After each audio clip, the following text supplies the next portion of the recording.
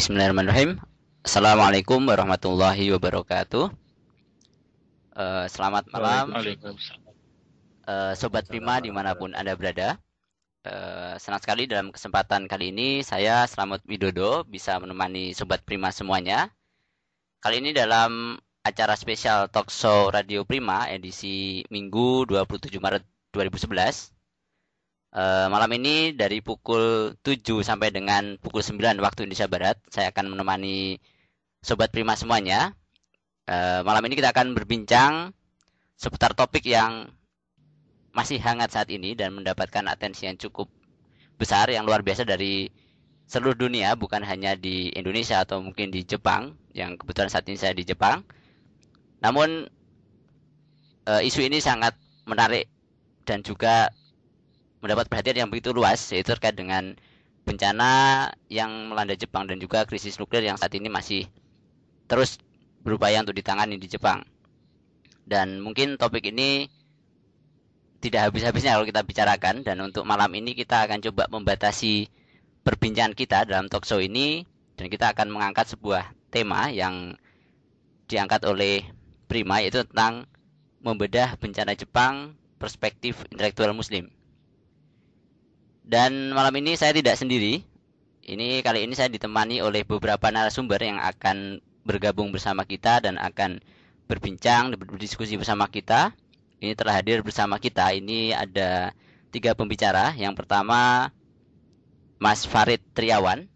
Ini beliau adalah mantan Ketua Umum PPI Jepang tahun 2009-2010. Dan ya, Assalamualaikum Mas Farid. Waalaikumsalam Pak Slamet. Oh iya, ini sudah bergabung sama kita. Oke, nanti kita akan lanjutkan. Saya akan sapa Siap. penyapa narasumber berikutnya. Ini yang kedua adalah Mas Debi Mardiansyah. Ini beliau termasuk dalam tim Nuclear Crisis Center KBRI Tokyo, dan beliau ini adalah alumni dari Tokai University. Halo, Assalamualaikum Mas Debi. Sudah bergabung bersama Waalaikumsalam kita? warahmatullahi wabarakatuh. Waalaikumsalam. Alhamdulillah sudah Alhamdulillah siap. bergabung. Dan yang terakhir, ini adalah Pak Epi Taufik, ini dari Obihiro University Hokkaido, dan beliau ini adalah salah satu pengurus pusat dari Perhimpunan Intelektual Muslim Indonesia atau Prima. Assalamualaikum, ini Pak Epi. Halo. Waalaikumsalam warahmatullahi wabarakatuh. Alhamdulillah ya, sudah bergabung semuanya pembicara ini. Eh, Namun mungkin sebelum kita lanjutkan dengan cara diskusi kita, ini saya juga mengingatkan pada Sobat Prima semuanya, bagi Anda yang ingin bergabung bersama kita untuk mengajukan pertanyaan, menyampaikan pendapat, atau mungkin ada komentar-komentar Anda, bisa Anda sampaikan melalui chat box yang ada di website Radio Prima. Nanti kita akan bacakan dan kita akan tanggapi komentar pertanyaan-pertanyaan dari Anda semua. Oke, komentar. Baik, kita akan lanjutkan dengan acara kita.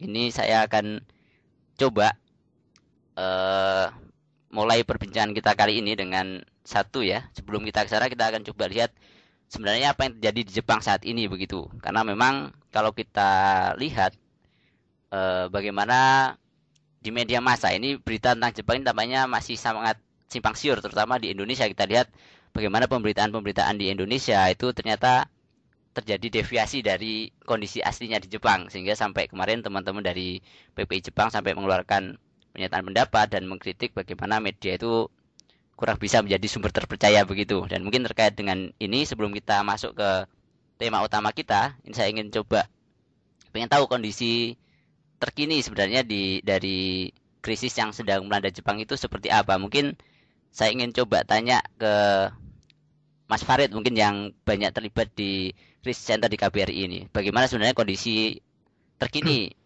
krisis yang melanda Jepang saat ini? Gimana Mas Farid ini? Silahkan mungkin bisa menyampaikan Heeh. infonya begitu. Iya, terima kasih Pak. Baik, Assalamualaikum warahmatullahi wabarakatuh. Waalaikumsalam. Eh, Waalaikumsalam. ya, jadi kalau info terkini saat ini memang terhitung sejak tanggal 11 Maret 2000, ya hari Jumat yang 2 minggu yang lalu ya, yaitu ketika pertama kali gempa menyerang daerah Miyagi yang juga sampai efeknya ke Tokyo. itu mulai malam tanggal 11 Maret itu KBRI Tokyo langsung membuka krisis centernya gitu. Nah, pada malam itu juga lah KBRI meminta bantuan dari PPI untuk bergabung membantu di sana. Nah, secara garis besar memang kegiatan di krisis center ini adalah menyelamatkan orang Indonesia yang ada di wilayah pusat gempa, yaitu di Miyagi, di Iwate, di daerah Kesenuma ya, pokoknya yang kalau kita lihat di berita-berita itu berada di epicentrum dekat Miyagi Prefecture sana. Nah, dari mulai menerima telepon dari Indonesia yang menanyakan kabar keluarganya sampai kita mencari orang Indonesia yang dicurigai hilang atau yang memang terdaftar di sana dan perlu kita ketahui statusnya seperti apa, apakah perlu dievakuasi apa seperti apa, itu kita lakukan selama sampai hari ini. Nah, puncaknya adalah kemarin sekitar tanggal 8, 19, 20, 21 ya, ketika itu eh, KBRI mengirim dapat bantuan dari tim SAR, yaitu tim rescue lah ya, tim penyelamat cepat dari Indonesia. Sebelumnya KBRI melalui krisis centernya juga mengirim terus untuk evakuasi.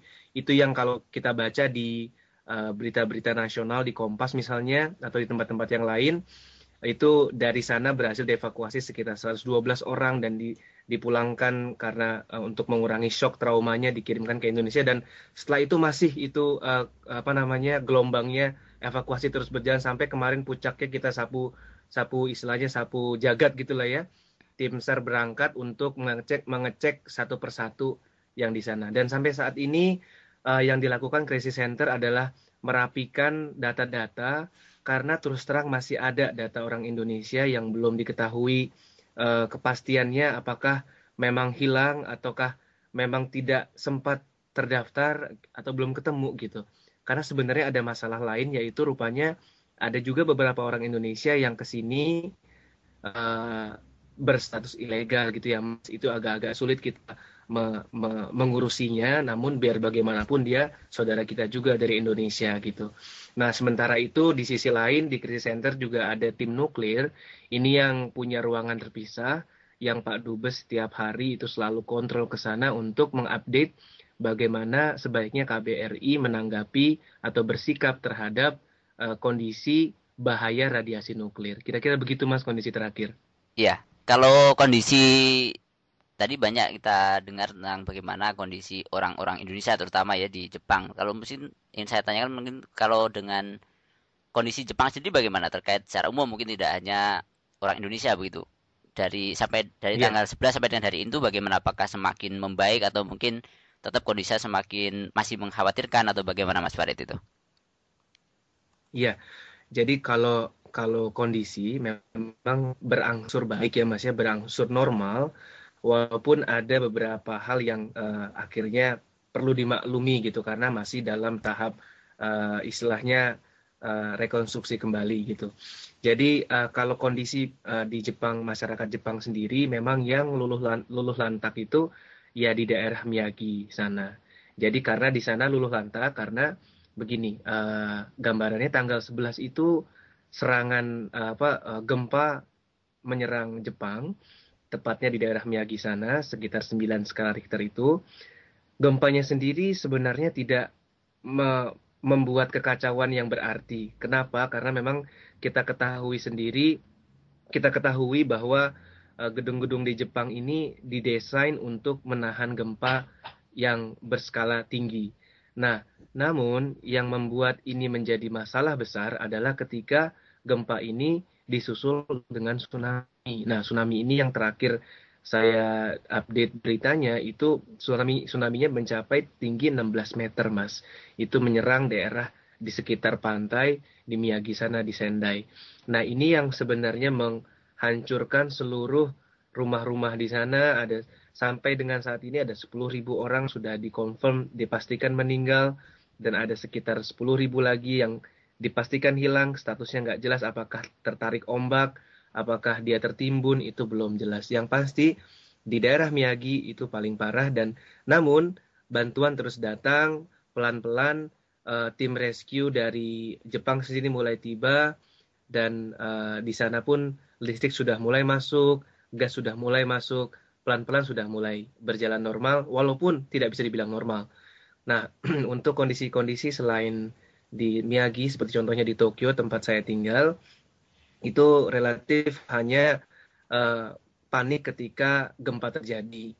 Nah, saat gempa itu memang saya pun pertama kali seumur hidup merasakan gempa sebesar itu, dan selama itu memang semua panik keluar, namun teratur gitu. Namun teratur itu yang nanti mungkin kita bisa cerita kalau memang tertarik dengan cerita ini.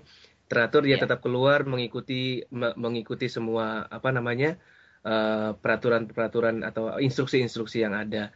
Namun sekarang ini ya kondisinya kadang-kadang saat ini misalnya contohnya kereta api tidak berjalan sesuai jadwal. Misalnya lampu tidak dihidupkan semua. Jadi ada penghematan listrik lah kira-kira begitu Mas di Tokyo. Oke, baik. Terima kasih. Mungkin untuk bagaimana orang Jepang yang begitu menginspirasi banyak orang yang karena demikian tangguh ya kira-kira dengan menghadapi dengan tabah dan juga dengan sangat tangguh mungkin dibandingkan dengan mungkin kondisi Indonesia. Kalau berkaca dengan tsunami 2004 mungkin banyak pelajaran kita petik dari bencana di Jepang ini, tapi kita akan eksplorasi mungkin nanti setelah ini. Mungkin selain kondisi terkini terkait dengan warga Indonesia di Jepang dan juga kondisi Jepang secara umum, ada satu isu yang cukup mengkhawatirkan juga yang terkait dengan nuklir. Mungkin di sini ada Mas Debi yang memang menjadi bagian dari Nuclear Crisis Center di KBRI. Mungkin bisa juga menambahkan ya khususnya terkait dengan krisis nuklir yang saat ini masih menjadi momok ya dan masih berupaya ditanggulangi oleh pemerintah Jepang. Mungkin bisa memberikan gambaran lebih detail tentang krisis nuklir di Jepang ini dan juga kondisi saat ini seperti apa begitu. Silakan Mas Debi. Oke, terima kasih Mas Selamat. Ya, jadi memang tadi seperti yang disampaikan oleh Mas Farid terkait gempa dan tsunami, dan kejadian ini juga jadi satu rangkaian ya, kejadian kecelakaan bencana dalam PLTN di Fukushima. Sebenarnya kalau ya saya sekilas mungkin membahas sekilas tentang kronologi. Seandainya hanya gempa saja, itu PLTN masih bisa menahannya. Hanya saja memang karena kemarin itu dibarengi oleh tsunami, yang disitulah menyebabkan beberapa sistem safety-nya itu bukan tidak bekerja, bahkan rusak gitu karena tsunami tadi. Jadi kronologisnya ketika ada gempa dan itu mendekati 9 ya, itu semua secara sistem otomatis PLTN itu seperti sistem pengamanan semua bekerja dengan baik, termasuk sistem pendingin bekerja dengan baik. Hanya saja ketika tsunami datang, itu si pompa untuk yang mendinginkan reaktor itu terhantam oleh tadi tsunami. Nah, walaupun demikian, tetap ada biasanya PLTN itu selalu berlapis dan dari sana maka baterai yang itu untuk menggerakkan pompa hidup. Hanya saja karena baterai dan dia ada jangka operasinya itu hanya 8 jam. Nah, kalau mungkin orang umum bertanya, kenapa emang nggak ada genset gitu di dalam PLTN? Sebenarnya ada, cuman genset itu juga kehantam tsunami sehingga tidak bisa bekerja dengan baik. Nah, secara umum PLTN itu memiliki tiga yang kalau kita sebut itu 3C. Jadi cooling, kemudian kontrol, kemudian yang terakhir adalah contain.